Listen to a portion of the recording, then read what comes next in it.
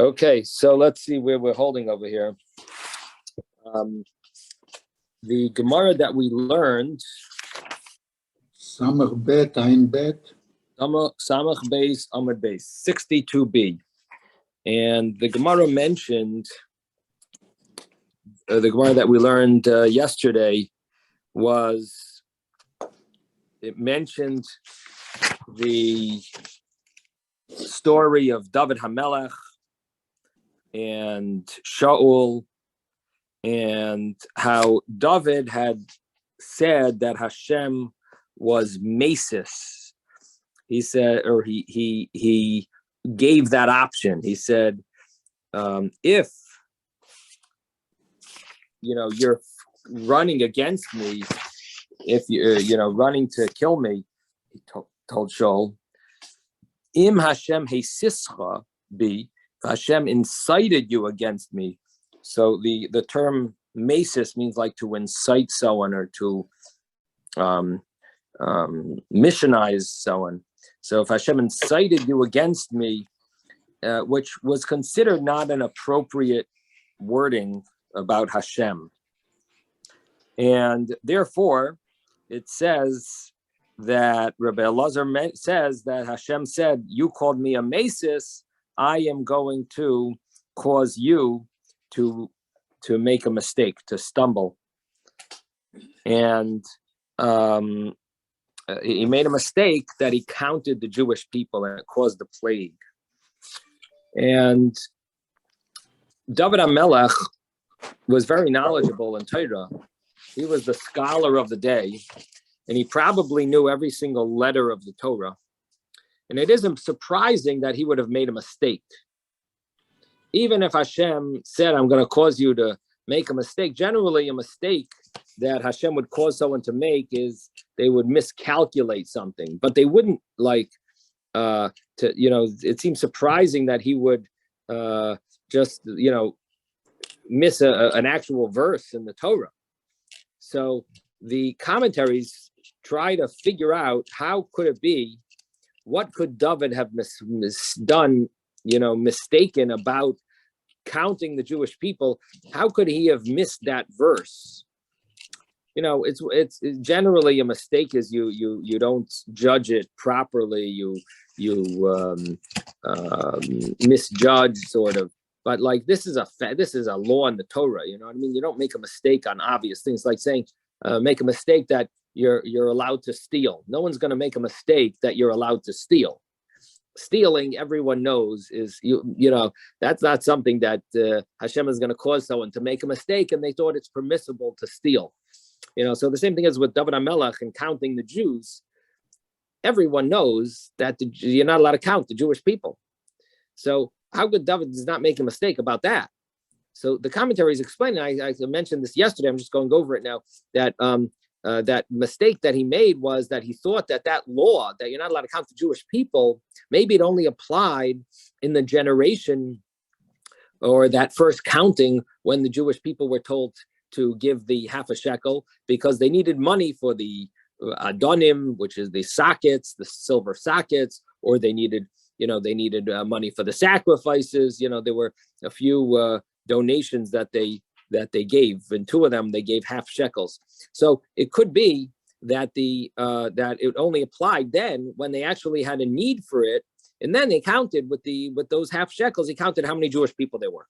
But David HaMelech mistakenly thought that did not apply later on, and that could be the mistake. Now the Gemara does say that there is an argument about how long did this plague take place, but then the Gemara says that really it only killed one person, and it's learned from a verse that, in other words, the wording in the book of prophets implies that a lot of people died in this plague, but the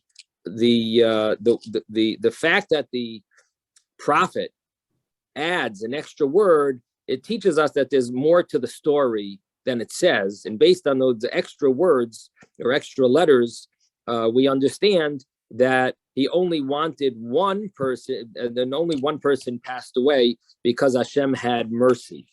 And what was the mercy that Hashem had? What made Hashem retract his decree to bring this big plague? In other words, once one person was passed away, then that was enough. Hashem vayenachem, it says. Hashem retracted. And so the Gemara explains that, first of all, the person who passed away was Avishai ben Tzeruya. And he was he was such a great person that he was equal in greatness to the majority of the Sanhedrin. The Sanhedrin is the Jewish court. And the Gemara says, so what did Hashem see that made him retract? In other words, what made Hashem so impressed and change his mind so in a good mood? What put Hashem in a good mood that caused him to retract from his decree? So we had a few different opinions. One was he saw the merit of Yaakov Avinu, and it uses the term over there, ra'ah, and here it uses the same term, ra'ah, this term that he saw, that Hashem saw. So he used that same term. So it implies that maybe what Hashem saw was the merit of Yaakov Avinu, the merit of Jacob, and that caused Hashem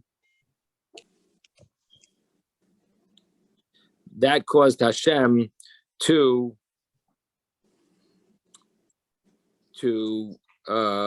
retract. The next answer that was given was Hashem saw the afer, the ashes of Isaac. And I discussed yesterday, what does that mean, the ashes of Isaac? Isaac was not actually slaughtered. He was not slaughtered, and he wasn't burned on the altar, except according to Isaac's interpretation that he has brought up before, that there is seems to be such a view, which definitely doesn't flow so smoothly. It's not this. I shouldn't say it doesn't flow smoothly. It's not the typical understanding of the story, but the common way of understanding the story is that Isaac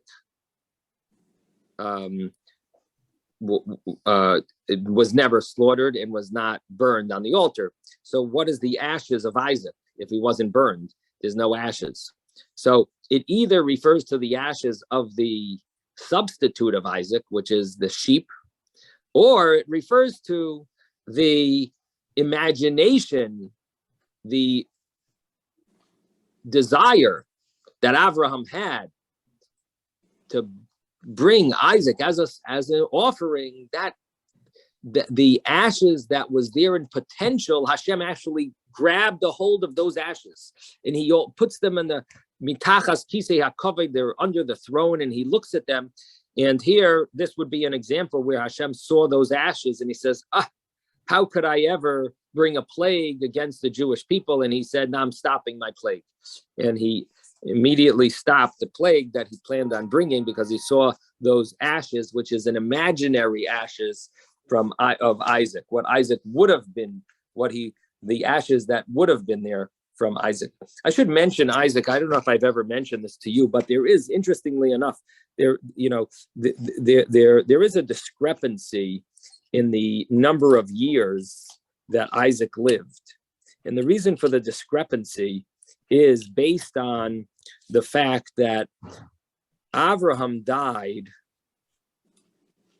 at the age of 175. And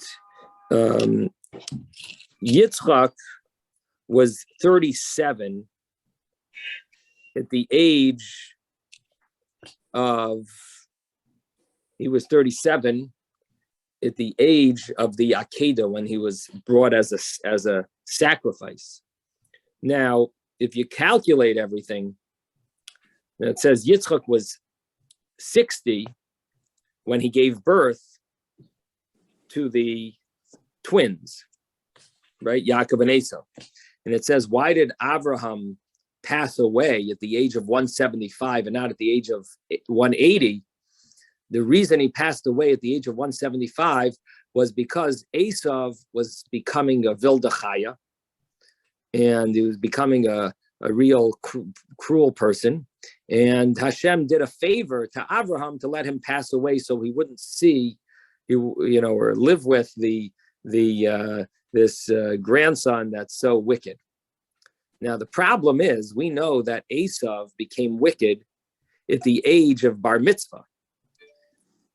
Now, if you calculate, if Abraham is 100 years older than Isaac, Isaac is 60 when he gave birth, when his wife gave birth to the twins. So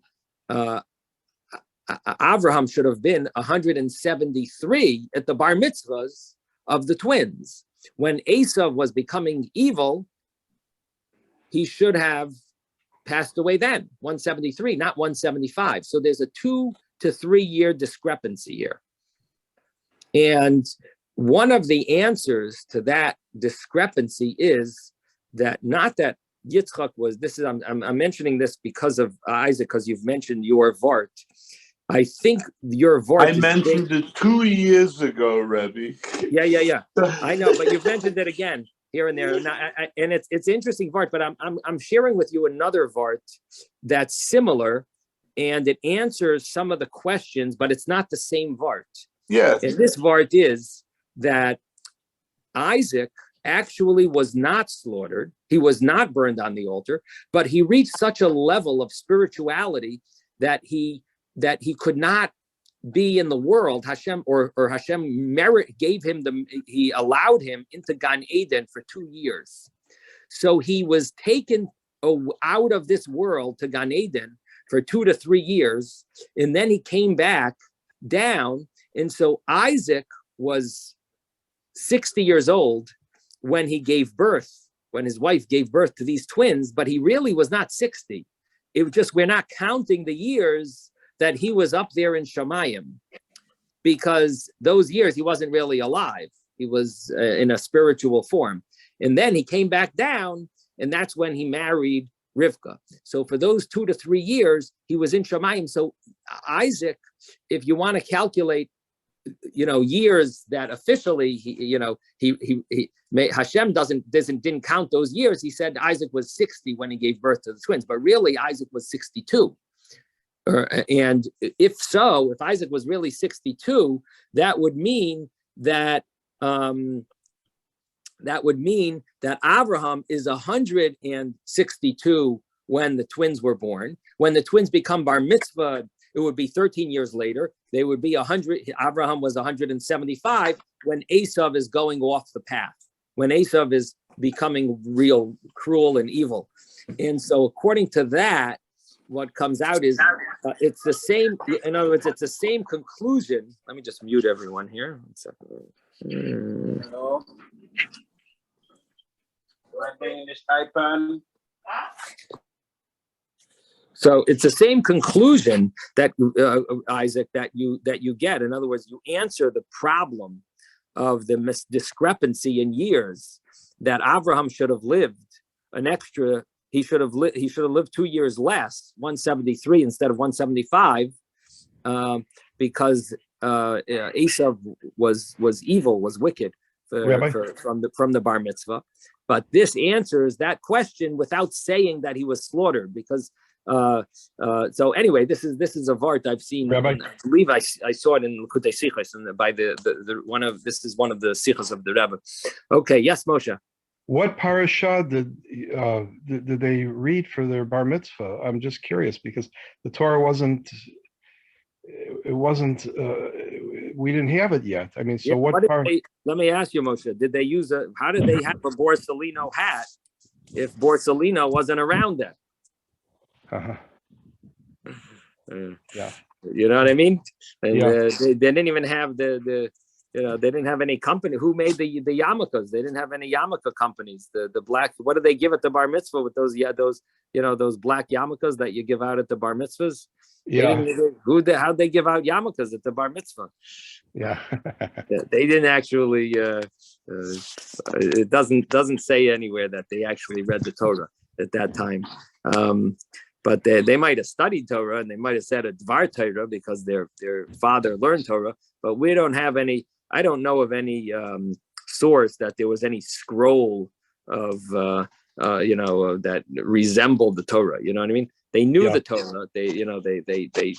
They taught it. They knew the teachings, but they didn't have an actual scroll. So they didn't actually do Kriyas HaTorah. It's like Moshe, Avraham did not go to shul every Shabbos. You know what I mean? Uh-huh.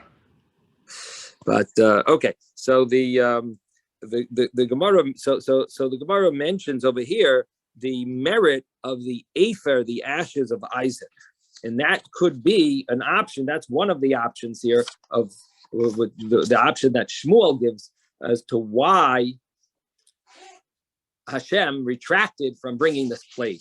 Then the Gemara gave another explanation that the merit of the donations that were given at the temple, that money of atonement that was given, the half shekels when they built the tabernacle, that was considered a atonement for this. It ended up helping out the Yidden much later on in the days of King David. And then there was another pshat that it was the Beis Hamikdash, that Hashem saw the merit of the Beis Hamikdash, and he had mercy on the Jewish people, and therefore he stopped the plague. And then the Gemara brought mentions again that there was two opinions, and the Gemara seems to conclude that the opinion that it was the Beis Hamikdash seems to be the accepted opinion, because it does mention Asher Yeyomer Hayoim Bahar Hashem Yirah, that it will be said about this day, about any day that Hashem, that the merit of the Beis Hamikdash was applicable, was could be used on any single day, and therefore it was probably that merit that helped them in the time of King David. And now the Gemara brings the Mishnah in it. We started this new piece also yesterday, and this piece of Gemara talks about not doing things that are inappropriate by the Temple Mount, not entering it with a person's makla, his staff, and not making the Temple Mount a kapendria, which the Gemara discusses here, and not going in with your money belt, and not wearing shoes. So the Mishnah had mentioned a few things on page 54a. The Mishnah had mentioned a number of things that were considered inappropriate to do in the by the Beis Hamikdash, by the Temple Mount, and the specific things that the Mishnah said was a person should not act lightheadedly by the Eastern Gate, which is opposite the Holy of Holies. It said that he shouldn't enter with his staff, with his shoes, with his money belt, with his dust upon his feet, and he also shouldn't make it a shortcut. And he's not allowed to spit there. You're not allowed to spit by the Temple Mount. So all of these laws were in our Mishnah.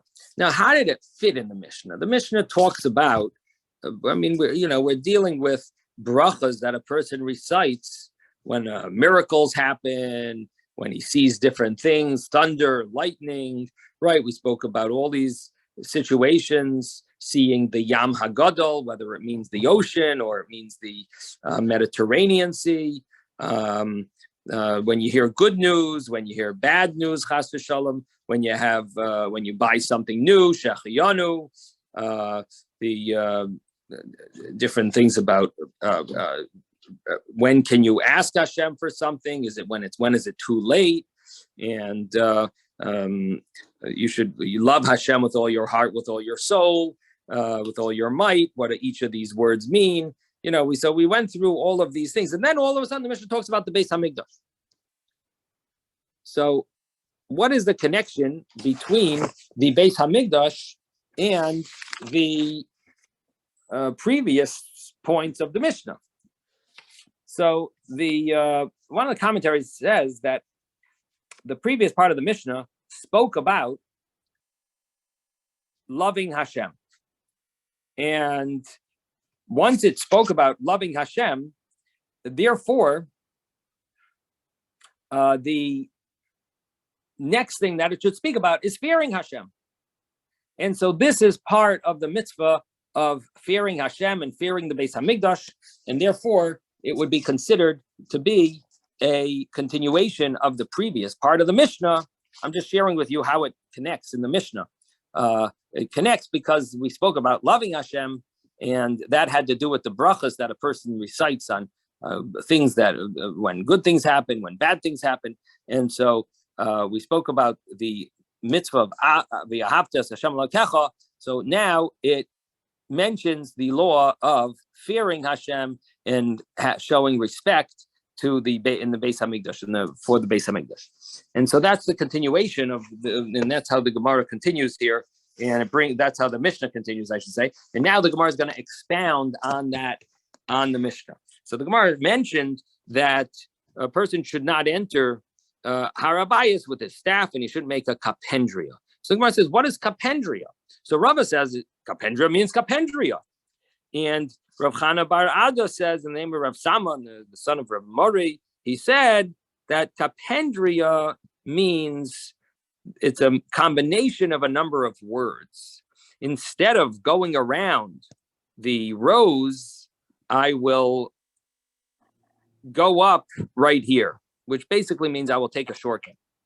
And so if you put those words together, you cut off a little of the words, and you combine them, and you end up with this word called kapendria.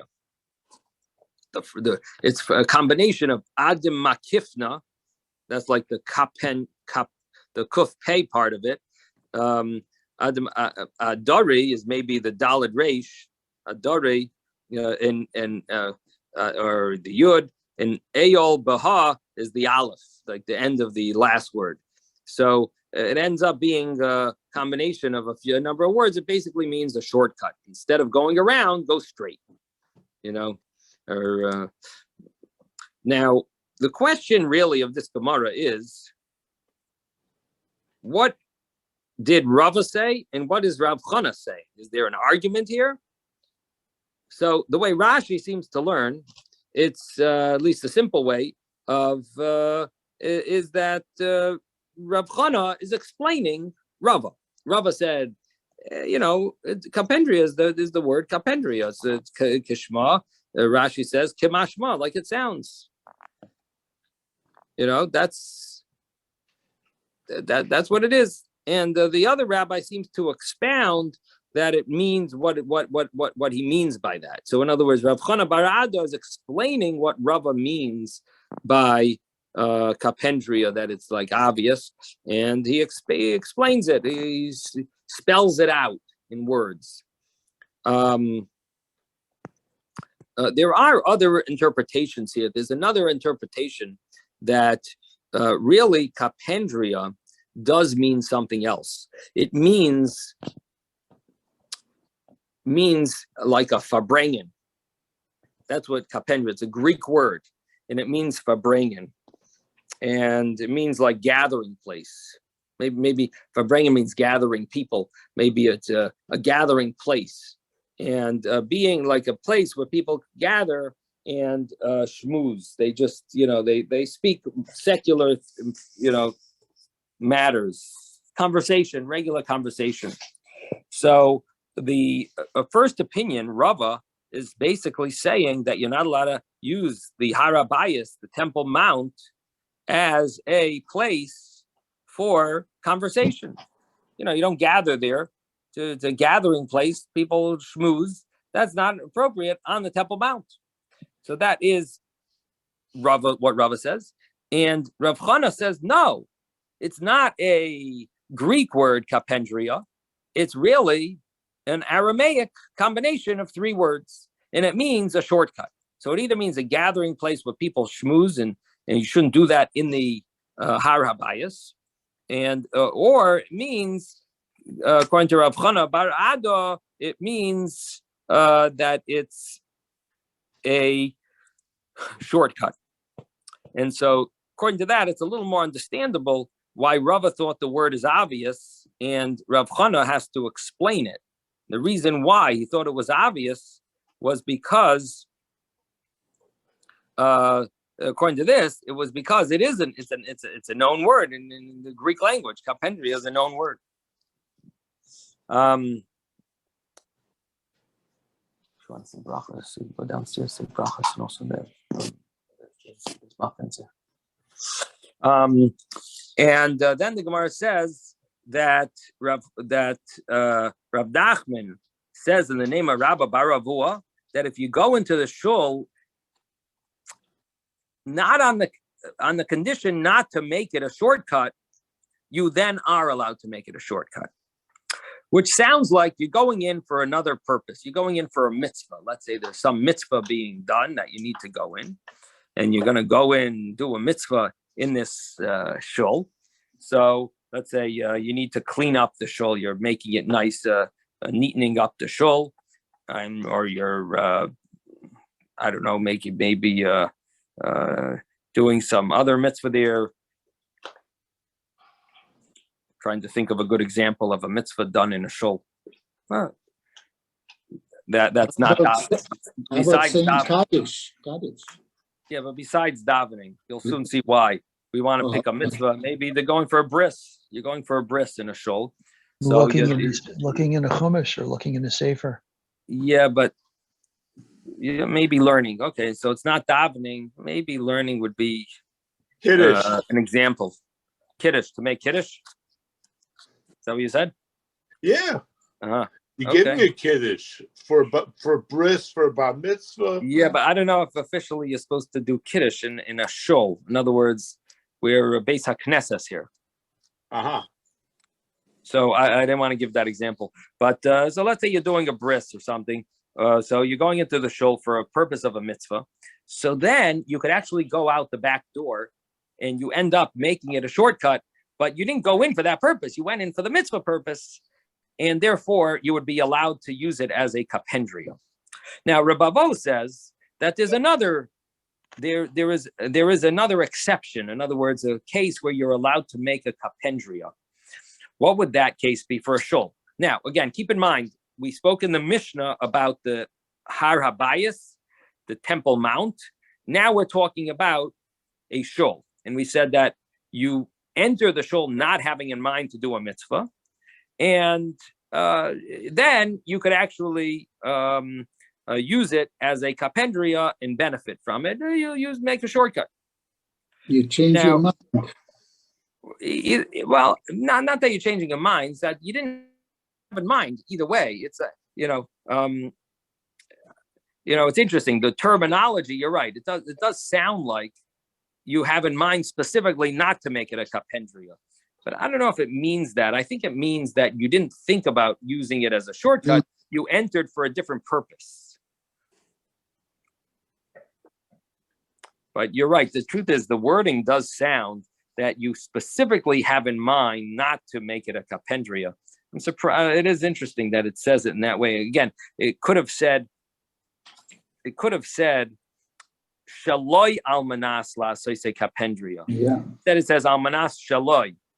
Which if you understand the grammar, it does sound like you're having specifically in mind not to use it as a shortcut.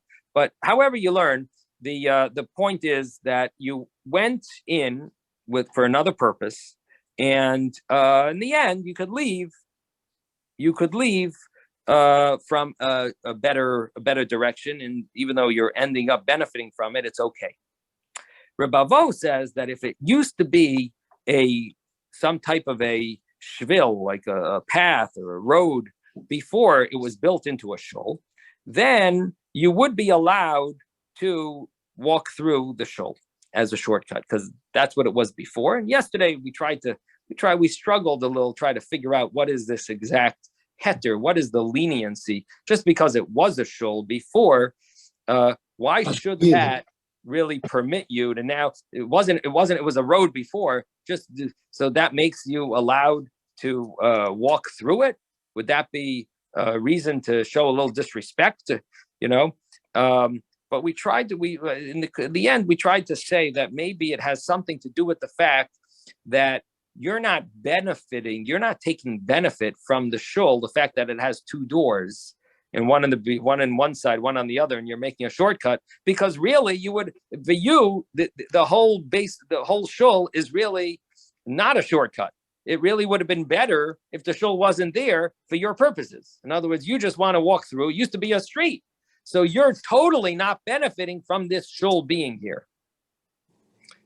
So that was the logic. That was how we explained yesterday, that because it used to be a road, so you're benefiting zero from the shul. Because for you, it would have been better if it totally was not even built. A regular person is benefiting from the shul. Then it was a regular situation where there was no road before, so it was a house. You would never be able to walk through that house. It's not yours. But because it's a shul, you're walking through it. It's communal. So now you're benefiting from the shul. You're taking advantage of the fact that it's a shul. But if it was a road before, then you always would have been able to walk through. Now they built a shul. It created problems for you. You have to open the door. You have to open the back door. So it's actually, you're not benefiting from the shul. You are, whatever. You're suffering from the shul to a certain extent, But basically, you're not benefiting from the shul. Therefore, it's permissible to use. According to this is Rabbi Avohu's statement that if it was a road, it would be permissible. That's the way I explained it yesterday. And then interestingly, the Gemara now. Can I say something on it? Sure. I wanted to say, the minute we started reading it, that's the first thing I was thinking. That maybe it was an empty lot between two other houses, and now everybody was using it as a shortcut to the other side. Now you have to go around maybe a couple streets to get to where you're going. So maybe in that case, it's really disturbing to have the shul there. Right. Well, that would be the example here of a shvil. Right. It used to be a shvil. That would be the perfect scenario where it wasn't a street. It wasn't a street. It's just a path. shortcut, a path to Right. a lot, an empty lot. Yeah. Right, or a pathway. They made it into a pathway. Yeah. So this is the statement of Rabbi Avo. Now comes the next statement, and this is Rabbi Chelbo. Amar Rabbi Chelbo. Let me read it inside actually, because this is a new piece. I think we did both of those yesterday. Now we're up to the third point. And let me tell you where we're up to. Amar Rabbi Chelbo, we are 13 lines from the bottom of the page. 13 lines up from the bottom of the page. Amar Rabbi Chelbo, Amar Rav Huna. Rabbi Chelbo says, in the name of Rav Huna, that Hanichnas lebeis hakneses lehispalel, if you go to daven, then it's mutter la'asosei kapendria. You're allowed to make this a shortcut. If you go to a shul to daven, so you're allowed to make it a shortcut. And he brings a verse. Shenemar, as it says, "B'vayam ha'aretz l'fnei Hashem." When the people came before Hashem, the nations of people of the land came before Hashem on the festivals, on the Mayadim. So when a person entered in one gate, they would go the opposite gate. And somehow it was a sign of that when a person would walk through and go out the other way, it was a positive, something positive. It wasn't like used as a shortcut, but it was more of part of the mitzvah of seeing or being seen by in all areas over there of the Temple Mount. So in other words, you're supposed to be in the on the holidays by the Beis Hamikdash, and if you want to fulfill the mitzvah properly, you go through the whole Temple Mount. You show yourself everywhere. You make yourself seen everywhere, and this way you would walk through, which basically shows you're cherishing the Makom Hamikdash, and it's also to be fulfilling the mitzvah of Re'iyah, of being seen. So the statement of Rav Chelbo is that the same thing applies to a shul. So in other words, he brings a verse about the Beis Hamikdash, and he says the same thing applies to a shul to some extent, that meaning that it's a nice thing to go out the other door because you are doing what you would do on the Temple Mount, which was the appropriate thing to do, and that is to exit the Temple Mount the opposite side of how you entered. And this was considered the appropriate thing in the time of the Beis Hamikdash, and the same thing would apply to a shul. Yes, Ben. I wanted to say I did it for a while because when it's very cold and snowing, I didn't have the number to get into the back of the shul. I used to go into the front, but to go out, I used to go out in the back. Later, they gave me the number, and I used to go in and out from the back, But for quite a while, I was doing it, the other way. I was crossing to the shul, basically. So you were doing like the Beis Hamikdash. Right.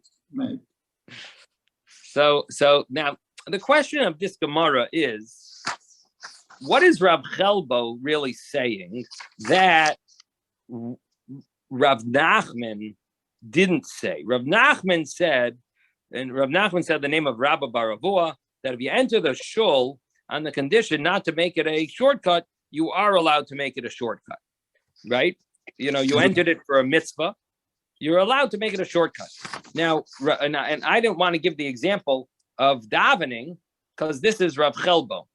Rav Chelbo says, if you enter the shul for davening, you're allowed to make it a shortcut. So Rav Nachman said, if you enter the shul for a mitzvah, you didn't have in mind for a shortcut. You're entering the shul for a purpose. You have a purpose there. Rav Chelbo says you're doing it for davening. Now, is really davening not a mitzvah?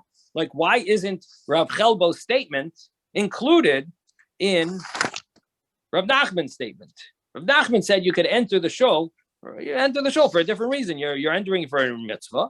So you make it a shortcut. Here also you make it here. So what do we need Rav Chelbo to come with this new thing that you're allowed to make a shortcut if you're entering to daven, if it's part of the previous statement of Rav Nachman? This is a question that the commentaries deal with, and the answer that's given is that Rav Nachman in Reb Avahu, we're not telling you you're allowed to, really. They were really saying it's preferable not to. But if you did it, it's okay. It's allowed, but it's preferable not to. Here, Rav Chelbo says this is 100% permissible because this is the way it was done in the Beis Hamikdash, by the Beis Hamikdash, by the Temple Mount. So there's a difference between the meaning of when it says mutter la'asoisei kapendria or mutter, and where it says here mutter la'asoisei kapendria. With Rav Chelbo, it means it's actually permissible and accepted. So this is one way of answering this question. There is another way of answering the question based on a difference of one word. The word that we have in our Gemara says mutter la'asoisei kapendria, but there is a girsa that says mitzvah la'asoisei kapendria. There's a version that has, instead of the word mutter, it actually says mitzvah. It's a mitzvah to make it a kapendria, a mitzvah to walk through the entire shul, just like they did by the Temple Mount. They walked by the whole thing, show that they cherished the entire thing. So the same thing is that by a shul, it would be a mitzvah to make it a kapendria, not because you're using the shul as a shortcut. You're going there to daven. But when you leave, don't leave in the same door that you entered, because you want to show that you cherish the entire shul. Rabbi? I think on a deeper level, this could mean that when you leave shul, you're on a different level than when you came in. It's maybe just a thought that comes to my mind, that you should leave in a different door than you came in, because the point of davening you should reach a new level of relationship with Hashem, that you're leaving on a different door than you entered on. Yes, Moshe. This concept of compendria exists, I think, also when you're doing an aliyah. When you're called up for an aliyah, you're supposed to approach the where you read the I'm forgetting The the Duhan. but anyway, when you're going to read the Torah, you take a shortcut. I don't know how that actually goes, where you and then when you leave, you should take the longer route. Yeah. No, you got a good point. You're not Just supposed to show that run. we're not running away. Show that you're not running away. Yes, right. It shows the same kind of respect. The kapskut. It's all about respect and honor, right? Respect and honor. But this is also, yeah. It's making sure you don't disrespect. Here it's like you're not to disrespect. That's like an extra act of respect, and this is making sure not to disrespect by using it as a shortcut. But if you're walking through the shul after davening, then it's considered like similar to the Beis Hamikdash, where you would walk by the entire, you go out the opposite door that you entered. Okay, so that's basically the two ways of learning this Gemara is either it's mutter, and which would mean that if you're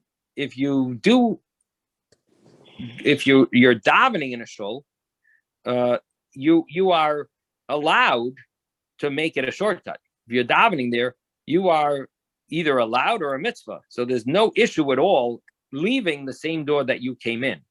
But it does say with regard to other things, like even if it used to be a pathway, or if it was you're there in shul not to daven, but for some other mitzvah, there it's preferable not to use it as a kapendria. But if you did, it's okay. It's permissible. Bless you. Thank you. Aisht.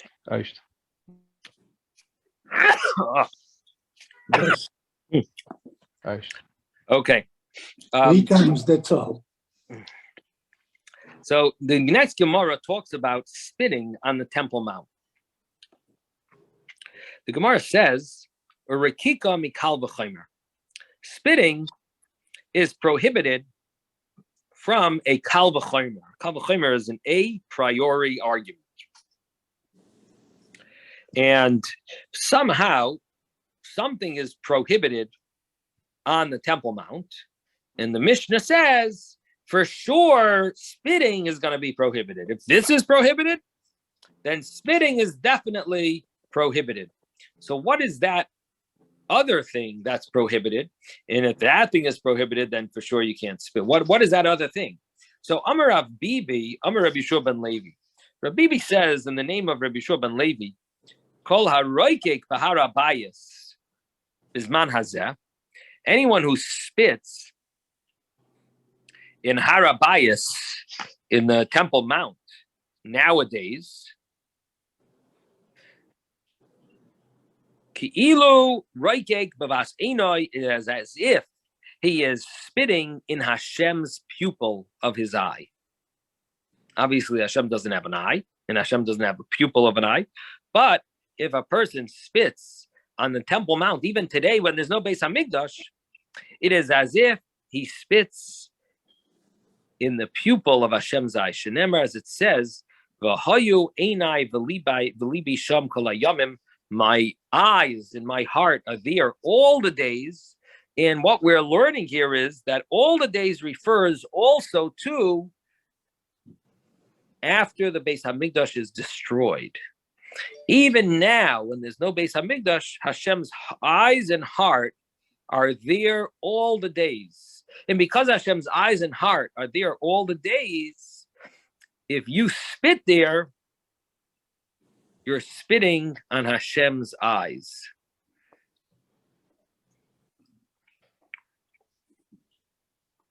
The Gemara continues and says, Amar Rava, Rava says, Rekika bebeis hakneses sharia. It is permissible to spit in a shul.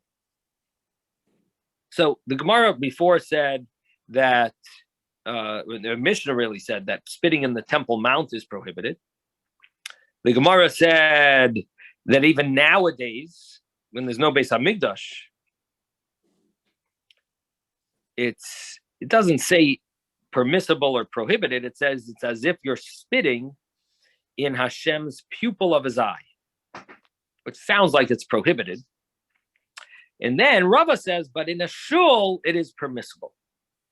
And how does he know it? He says, midi dahava amino. Just like the matter that is applicable to minol, to shoes, is applicable to spitting, which means the law that applies to shoes applies to spitting as well. And just like, he continues, ma minol bahara bayas asur, just like shoes on the Temple Mount is prohibited to wear shoes. Beveis hakneses mutter, it is permissible in a shul to wear shoes.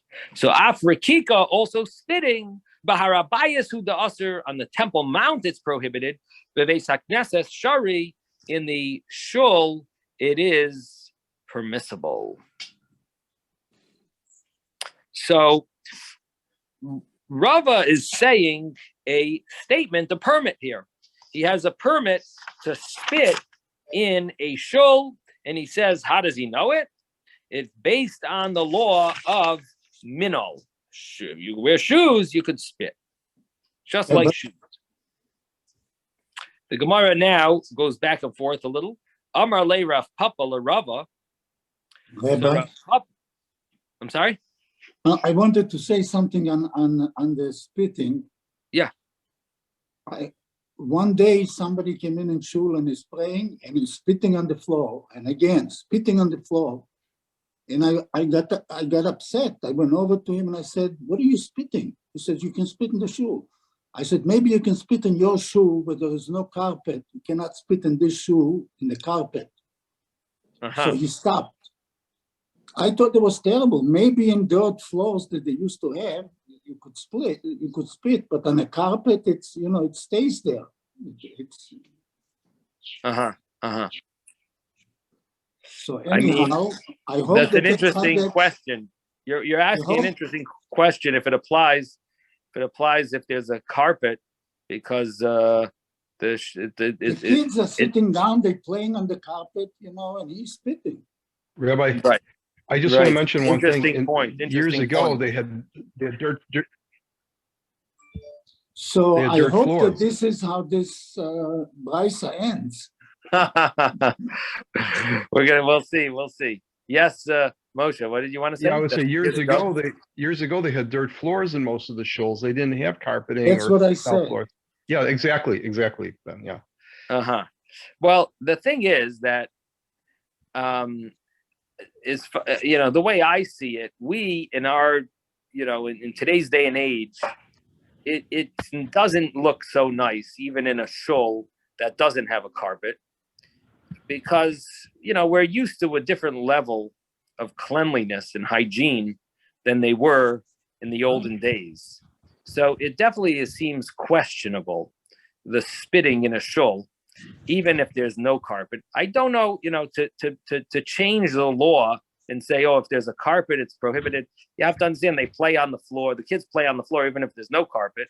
And it's also a little disgusting. You know what I mean? It's spitting on the floor. When is the next time they're going to mop the floor? Who knows? And therefore, you're spitting on the floor, and someone might drop, the yarmulke might fall, and their glasses could fall down. And it's a little definitely not the most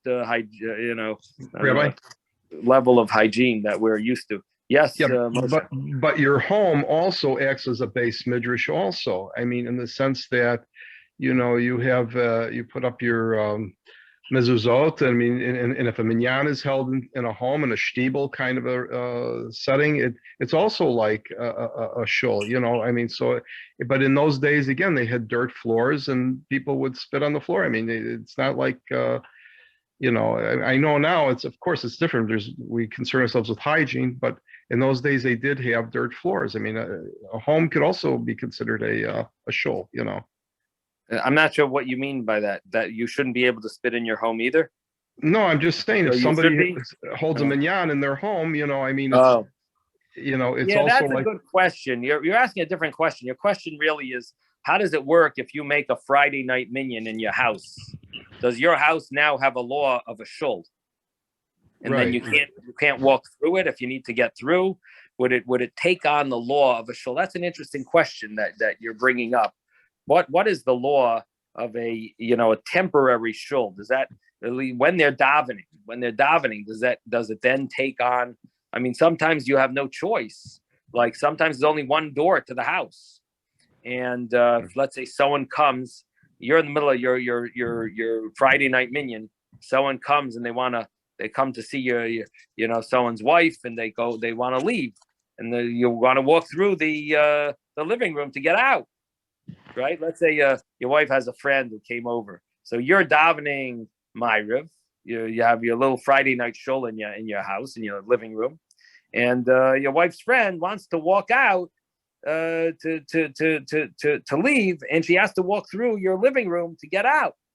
So would that be allowed? Is that that's like the typical case of kapendria, where you're just using it as a shortcut? Except that here you have no choice. You could say maybe that's different.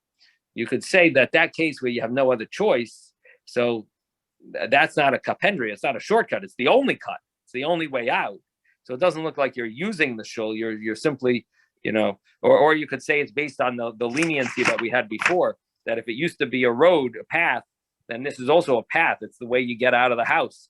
It's definitely a path before it was made a shul. So maybe this would not be an issue of the kapendria rule, but you're asking what would be about spitting.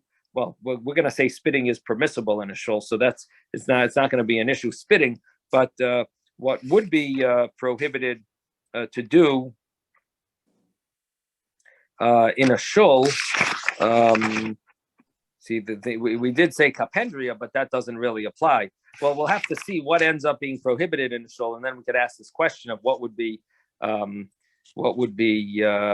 allowed in. Would that be allowed in a temporary place of davening? Okay, interesting. Rabbi, I wanted to just bring another consideration into the discussion, and that is that particularly in these times, brought to mind by COVID. I mean, spitting creates a sakana for the community. No, that's a good point, Yisrael. Yes, it definitely scares people, and it might kick people, might push people out of shul. You might have some people say, "I'm not coming here again." These people they don't even have any understanding of what germs are, and they might. It could definitely turn people off, especially during COVID. Now, I will say this: there is a minhag brought in the Taz. Taz brings in the laws of avodah zarah, idol worship. He brings a surprising minhag that some people spit during the Aleinu prayer. It's a Taz. It's one of the commentaries on the Shulchan Aruch. He brings this minhag to spit during the Aleinu prayer when you talk about the avodah zarah, when you talk about the idol worship, and you say shehem mishtachavim lahevel v'larik, and they bow to Hevel and Rik, and you spit, and it basically is a seemingly connected to the fact that you're mentioning, referring to idols, so you spit. And that is another concept of not benefiting from the saliva that comes from the words when you mention the idols. So there is such a custom, and it was practiced for many years, many generations, because as Ben mentioned, it used to be, or Moshe mentioned that it used to be dirt floors, and maybe people weren't so hygienic, and maybe people, definitely there was such a custom. And interestingly enough, a lot of Lubavitchers follow that custom. So, my advice is they should be very careful, not to disgust anyone. I don't know if they want to spit into a tissue or something, but it definitely could turn people off. You know what I mean? So but it is a custom, and it could be that the Rebbe did it as well. I'm not sure. But definitely is a Lubavitch, it's mentioned it's brought in the Taz, it's brought in Shulchan Aruch, but you have to be careful how to, if someone follows that, they should definitely have to be careful how they want to do it and not, turn anyone off. Yes, Ben. I wanted to say the word larik in Aleinu is Doesn't not mean a spit. Right. It means empty. Empty. Yeah. Bring to something empty. So I you- don't like that. There's no spitting in the shul. No, I want you to know, I didn't mean that larik means to spit. It is That's what funny you that it said. has a People translated it to spit. No. No? People spit when they say those words, not Yeah, because right. the word means spit, because the word doesn't mean spit. It means empty, but because it's Right. talking about idols. That's why they spit. Because when you talk about an idol, you talk about idol worship. So How come if you see an idol on the street, you don't spit? I think there is a similar custom to spit. We learn that you're supposed to say You a say blessing. shaketz to shaktenu. But I think it So also in Aleinu, tell them to say a blessing instead of spitting. that direction. So anyway, in there is Aleinu, such a you should say a custom. blessing. There is such a custom about the spitting, and the fact is, it doesn't really fit so perfectly with the level of hygiene that people are used to nowadays. But it is brought in the commentary on Shulchan Aruch. In any event, the Gemara here is discussing spitting spitting in a shul, and it does say it's permissible. And the source of why it's permissible is because it's similar to wearing shoes. And true in the Temple Mount, you weren't allowed to wear shoes, and you're not allowed to spit there. But and it says there's a kal v'chomer that you can't spit there. But when it comes to the regular shul, that it would be similar to shoes, and spitting would be permissible. Gemara continues and says, Amalei Rav Papa la Rava. Rav Papa says to Rava, Va'amri la Ravina la Rava, and some say Ravina said to Rava, and Va'amri la Rav Adabar Masna la Rava, and some say Rav Adabar Masa said to Rava. So basically, one rabbi said to Rava, he said, why are you saying this, that it's permissible to spit in a shul? How do you know you're comparing it to shoes? Maybe you should compare it to the law of kapendria. Maybe it's similar to kapendria. You're not allowed to make shul a shortcut. So he says, Adi yolef mi minol, instead of learning from shoes, nelef mi kapendria. You should learn this law from the law of kapendria, of a shortcut. That just like a shortcut, you are not allowed to make a shul a shortcut. And there were some leniencies if you're going there to daven, or you do a mitzvah, or it used to be a pathway before it was a shul. But the fact is, it is prohibited to use a shul as a shortcut. In general, it's prohibited to use a shul as a shortcut. I'll So give you if it's another example. prohibited to use a shul as a shortcut, should be prohibited to spit in a shul. Learn it similar to making a shul a shortcut. Why are you making it similar to shoes? Yes, Ben. Why don't you make it similar to a guard on the roof? In the Beit HaMikdash, you must put a guard on the roof so nobody falls off. In the Beit Knesset, you don't. So there's a lot of things that are permitted or not permitted between the Beit Knesset and the Beit HaMikdash. I'm not so sure about what you're saying. What are you saying? That in a shul you don't have to put a wall around on the roof? Right. Why not? Why wouldn't you need to? If it's a flat roof, you would need to. If people walk there. No, nobody is walking in the shul on the roof, but in the Beit HaMikdash, you must put a guard. In the Beit Knesset, you don't must. You can, but you don't must. That's Really? what I remember. I remember learning it just a while ago. What did you want to say, David? Oh, I thought I heard your voice. Okay. Yeah, I'm not so sure about that, because So the law of things, we have to. Yeah, in order to prove something, we got to be sure of the actual law the wall, and then you could say, see, I have a proof. But if we're not, we have to look it up. We'll have to see what it says about the wall. But in any event, they're asking Rava, why are you learning from the law, from a case of shoes? Learn from the law about kapendria. So Amar Lei, so Rava says to him, Tana Yolaf Mimeno, the Tana learned this law of spitting from Minol. Viat Amrit Mikapendria. You want me to learn from Kapendria that should be prohibited? There's a Tana, in other words, there's a Brisa that one of the Tanoim authored, and this Tana that authored that, he says clearly, you learn it from Minol. So why would I want to learn it from Kapendria? If there's a Tana that said clearly you learn it from Minol, from shoes, that it's permissible. In Maihi, what is that? What is that Brisa? The Tanya, because we learned in a Brisa, Adam laharabayis, a person should not enter the harabayis, not with his staff in his hand, not with the shoe that's on his foot, not with the money tied into his sadin, his sadina, his handkerchief, and he shouldn't have his money wallet hanging behind him, and he should not make the harabayas a shortcut.